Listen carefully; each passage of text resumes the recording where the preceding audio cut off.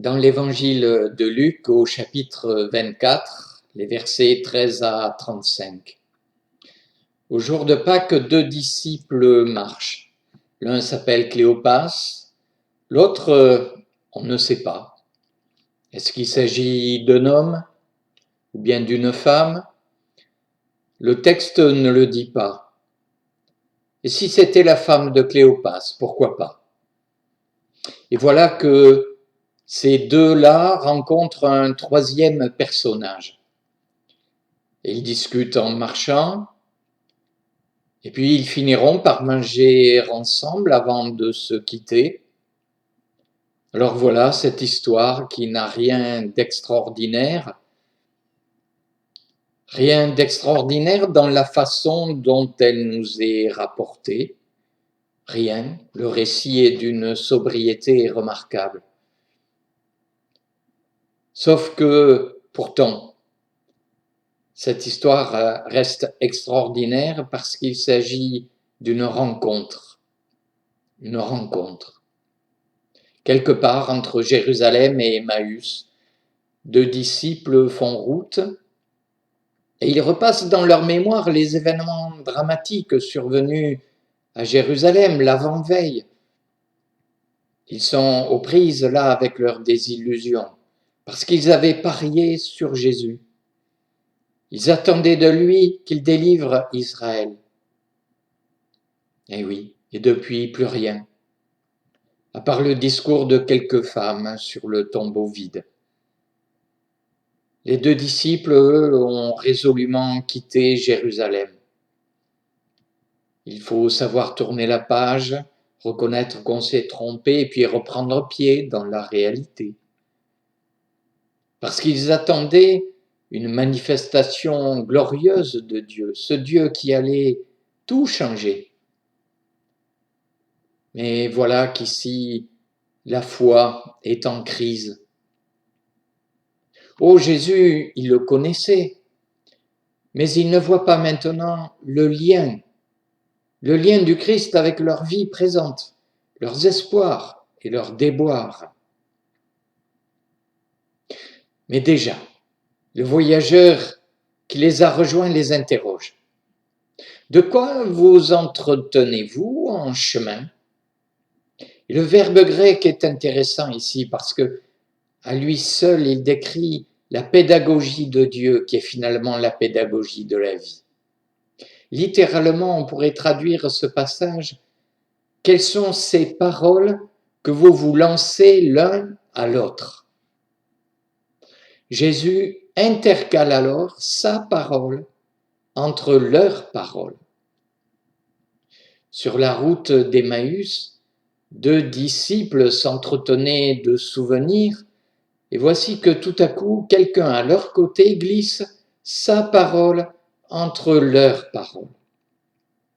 Jésus s'intercale ainsi dans la vie et on ne le sait pas toujours. Il se faufile entre les paroles échangées pour vibrer à ces paroles et y participer, et pour aussi encourager la prise de parole, afin de dire ses désillusions et ses souffrances. Quelles sont ces paroles que vous vous lancez l'un à l'autre? Jésus incognito pousse les deux personnages à refaire le récit de leur vie et à l'interpréter. De cette manière, il les prépare à entendre ce qu'il va leur donner à comprendre. Après les avoir écoutés, Jésus entre en explication et reprenant toutes choses depuis le commencement, avec les Écritures, il leur explique ce qui le concerne. Et au fur et à mesure qu'il parle, des liens secrets se tissent. La vie des deux disciples et celle du Christ s'appellent et se répondent. Très bientôt, parvenus à l'auberge, ils vont comprendre que la vie du Christ, de la crèche à la croix, leur est donnée par Dieu pour interpréter et comprendre leur propre vie. Alors qu'ils cherchaient Dieu du côté de la puissance, Ils vont le découvrir là où la vie se passe réellement, à l'endroit de nos forces et aussi de nos faiblesses.